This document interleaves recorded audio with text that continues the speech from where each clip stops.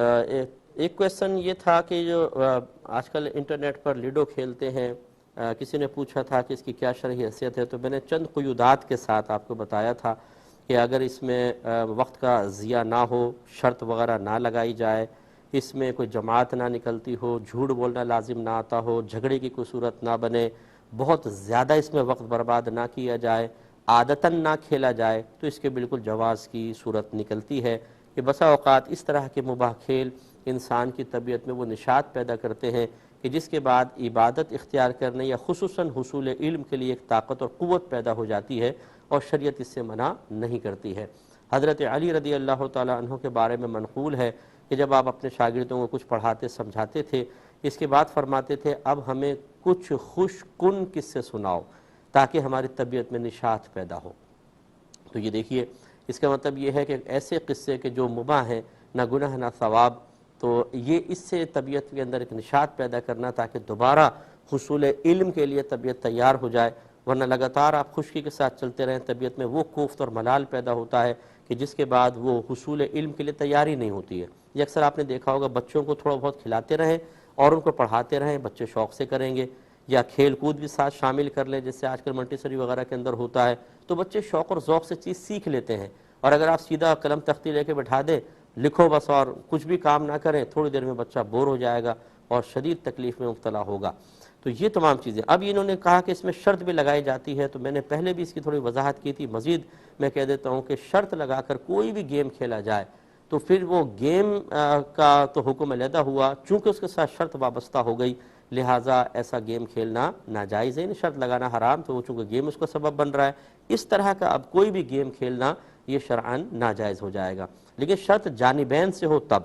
کہ اگر میں ہاروں تو تمہیں اتنا دینا ہوگا، اور میں دوں گا، اور تم ہارے تو تم اتنا دو گے۔ اگر ون سائیڈڈ ہو، جیسے ہم کوئی گیم کھیل رہے ہیں، ہم نے کہا بھئی ہارو یا جیتو میں تمہیں کھانا کھلاؤں گا، تو اس میں تو کوئی حرج نہیں ہے، پھر مسئلہ نہیں۔ ایک کویسچن یہ کیا گیا تھا، یہ آفر میرے پاس کویسچن آیا تھا کہ جو آج کل یوٹیوب وغیرہ پر پرینک ڈال دیتے ہیں، یعنی مزاحیہ کچھ کلپس تیار کرتے ہیں اور وہ ڈال کر لوگوں کو دعوت دیتے ہیں کہ آپ دیکھیے، اس میں ہوتا یہ ہے کہ پہلے کوئی ڈرامے بازی کرتے ہیں، سامنے والا بیچارہ سمجھ نہیں پاتا، وہ ہائپر ہوتا ہے، وہ گالیاں بکتا ہے، وہ تھپڑ مارتا ہے اور اس کو خوب تنگ کیا جاتا ہے، آخر میں اس کو سمجھا دیا جاتا ہے کہ جی ہم تو آپ کے ساتھ مذاق کر رہے تھے، دیکھیں وہ کیمرہ وہاں چھپا ہوا ہے۔ تو اس طرح کے کلپس تیار کرنا اور پھر ان کو اپلوڈ کرنا، پھر ان کو دیکھنا، اس کی کیا شرعی حیثیت ہے؟ دیکھیں، مسئلہ یہ ہے کہ ہمارا مذہب اسلام مذاق میں بھی جھوٹ بولنے کو سخت ناجائز قرار دیتا ہے۔ میرے آقا صلی اللہ علیہ وسلم نے ارشاد فرمایا کہ کوئی شخص اس وقت تک کامل مومن نہیں ہو سکتا جب تک مذاق میں بھی جھوٹ بولنا نہ چھوڑ دے۔ اور ایک روایت یوں بھی ہے کہ سرکار صلی اللہ علیہ وسلم نے ارشاد فرمایا کہ بعض اوقات انسان فقط لوگوں کو ہنسانے کے لیے جھوٹ بولتا ہے، لیکن اس کی وجہ سے جہنم کی اتنی گہرائی میں گرایا جائے گا جو زمین و آسمان کی گہرائی سے بھی زیادہ ہے۔ تو پہلی بات تو یہ کہ چونکہ اس میں جھوٹ بول رہے ہوتے ہیں، یہ بہت بڑا گناہ کبیرہ ہے۔ دوسری بات یہ ہے کہ کسی کو تکلیف پہنچانا یہ شدید ناجائز ہے۔ نبی کریم صلی اللہ علیہ وسلم نے ارشاد فرمایا کہ ایک مسلمان پر دوسرے مسلمان کی جان، اس کا مال اور اس کی عزت و آبرو کو حرام کر دیا گیا۔ صراحتاً سرکار نے لفظ حرام ارشاد فرمایا۔ تو اس کا مطلب یہ ہوا کہ اس میں چونکہ ایک آدمی کو ذلت پر آپ پیش کر رہے ہیں، اس کے ساتھ آپ مذاق کرتے ہیں، سب کچھ کرتے ہیں، پھر اس کو آپ چلا دیتے ہیں ٹی وی کے اوپر۔ اب یقینی سی بات ہے، آخر میں چاہے اس کو آپ نے بتا دیا کہ جی یہ مذاق ہے، لیکن جب تک لوگ اس کو دیکھتے ہیں اس پہ ہنستے ہیں، کبھی بوڑھوں کے ساتھ ہوتا ہے، کبھی خواتین کے ساتھ ہو رہا ہوتا ہے، تو یہ دل آزاریوں کے انسان مرتکب ہوتا ہے۔ یقینی سی بات ہے، آخر میں یہ کہہ دینا کہ ہم تو آپ کے ساتھ مذاق کر رہے تھے، کیا جو اس کو آپ نے 1 منٹ 2 منٹ 3 منٹ شدید ذہنی اذیت اور طبعی لحاظ سے آپ نے اس کو تکلیف پہنچائی، دل آزاری کے مرتکب ہوئے، ان سب کا ازالہ ہو جاتا ہے فوراً، ایسا ہرگز نہیں ہوتا ہے۔ تو لہٰذا یہ بھی ایک حرام اور گناہ کبیرہ کا معاملہ ہے۔ پھر تیسرا، کسی مسلمان کو مذاق کا نشانہ بنا دینا کہ لوگ اس پر ہنسیں، اسے ایسے مقام پہ کھڑا کر دینا، یہ شرعاً بالکل جائز نہیں ہوتا۔ اس میں بھی چونکہ دل آزاری ہوتی ہے، آپ ایسی کلپ بنا کے چلا دیں، اب چاہے آپ نے اس کو آخر میں بول دیا ہو، لیکن اگر کسی کو کہا جائے نا ابھی تیری کلپ چل رہی ہے بھائی،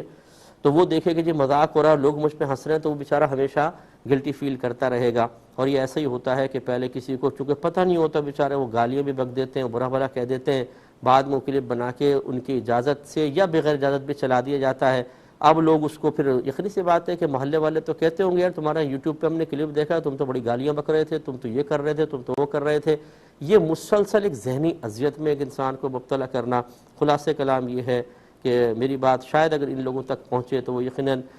برا ہی محسوس کریں گے، کیونکہ یہ اب کاروبار بن چکا ہے. اس کو ڈالا جاتا ہے، جتنے زیادہ لوگ اس کو دیکھتے ہیں اتنا ہی مطلب پیسے کمانے کے انتظامات ہوتے ہیں. لیکن تھوڑا سا خدا را سوچئے، اگر کوئی آپ کی والدہ کو اس طرح مذاق کا نشانہ بنائے، آپ کے والد کو بنائے، آپ کے دادا جان کو بنائے، آپ کی بہن کو بنائے، آپ کے بھائی کو بنائے، اور پھر اسے پوری دنیا کے سامنے مذاق کے لیے پیش کر دے،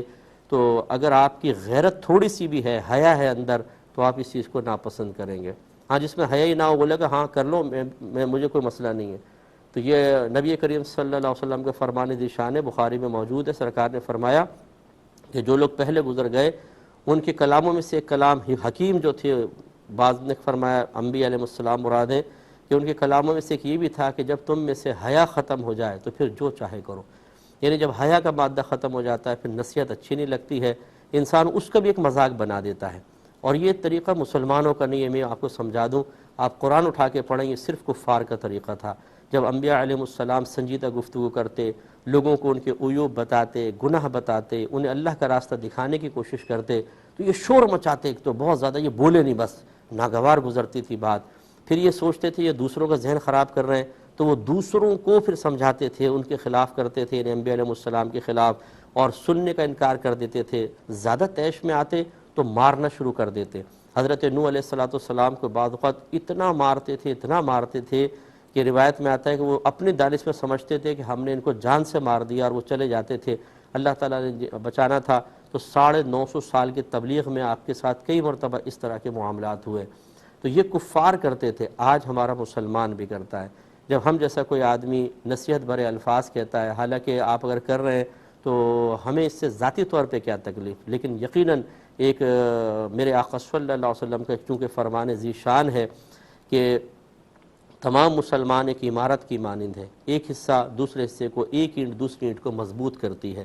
دوسری روایت میں سرکار نے ارشاد فرمایا کہ تمام مومن آپس میں ایک جسم کی مانند ہیں، اگر ایک حصے کو تکلیف پہنچتی ہے تو دوسرا حصہ بھی تکلیف محسوس کرتا ہے. تو اللہ تعالیٰ نے ہمیں تو اس چیز سے نوازا ہے. پوری دنیا میں جہاں کہیں مسلمان کے ایک بچے پر بھی ظلم ہوتا ہے تو ہمارا دل تڑپتا ہے، افسوس ہوتا ہے. اور ماشاءاللہ آپ کا بھی ہوتا ہی ہوگا. لیکن بہت سے ایسے لوگ ہوتے ہیں کہ جب انہیں سمجھایا جاتا ہے کہ آپ ایسا نہ کریں تو وہ اپنے دنیاوی فائدوں کو ملحوظ رکھتے ہوئے وہ اس قسم کی تمام چیزوں کا انکار کر دیتے ہیں. اور فوراً ایک ہی آسان سی بات ہے، یار یہ تو ملاؤں کی باتیں ہیں، یار یہ ملا لوگ ہمیں جینے نہیں دیں گے کسی طریقے سے. اچھا بھائی، ملا لوگ جینے نہیں دیں گے، آپ اپنے طور پہ اگر جینا چاہتے ہیں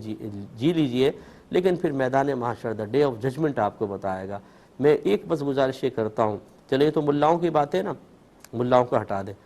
کم از کم اپنے اس عمل پر قرآن یا حدیث سے خود ہی کوئی دلیل تلاش کر لیں کہ آپ کو جواز کی دلیل مل جائے کہ اس طرح لوگوں کو ذلیل کرنا، بے عزت کرنا، ان کا مذاق اڑانا شرعاً جائز ہے. اگر مل جاتی ہے تو مطمئن ہو کر کریں، نہیں ملتی تو پھر معلوم یہ ہوگا کہ یہ ملاؤں کی باتیں نہیں ہیں، یہ اللہ تعالیٰ اور اس کے رسول کی باتیں ہیں. اور آپ اصل میں ملاؤں کو برا کہہ کر اپنے آپ کو کے لیے ایک ڈھال بناتے ہیں کہ اللہ اس کے رسول کو براہ راست برا کہیں گے، قرآن و حدیث کی تعلیم کو برا کہیں گے تو لوگ ڈنڈے ماریں گے. تو انہیں برا نہ کہو، علماء کو برا کہو، تاکہ قرآن حدیث سے بھی دور ہو جائیں. اور کوئی اگر ہمیں کہے، ہم کہیں گے ہم قرآن حدیث کو برا کوئی کہتے ہیں، ہم تو ملاؤں کو کہہ رہے ہیں. بھئی یہ بتائیے کہ اگر میں آپ کی خدمت میں کوئی گزارش کر رہا ہوں، یا تو آپ ثابت کریں کہ قرآن و حدیث سے ہٹ کر ہے، اگر نہیں ہے تو پھر آپ کوئی دلیل لے کر آئیں قرآن و حدیث سے. اگر ہے میں غلط ہوں تو آپ مجھے ثابت کر دیں اور اس کے خلاف دلیل لے آئیں، نہیں ہے تو خدا را خوف کریں.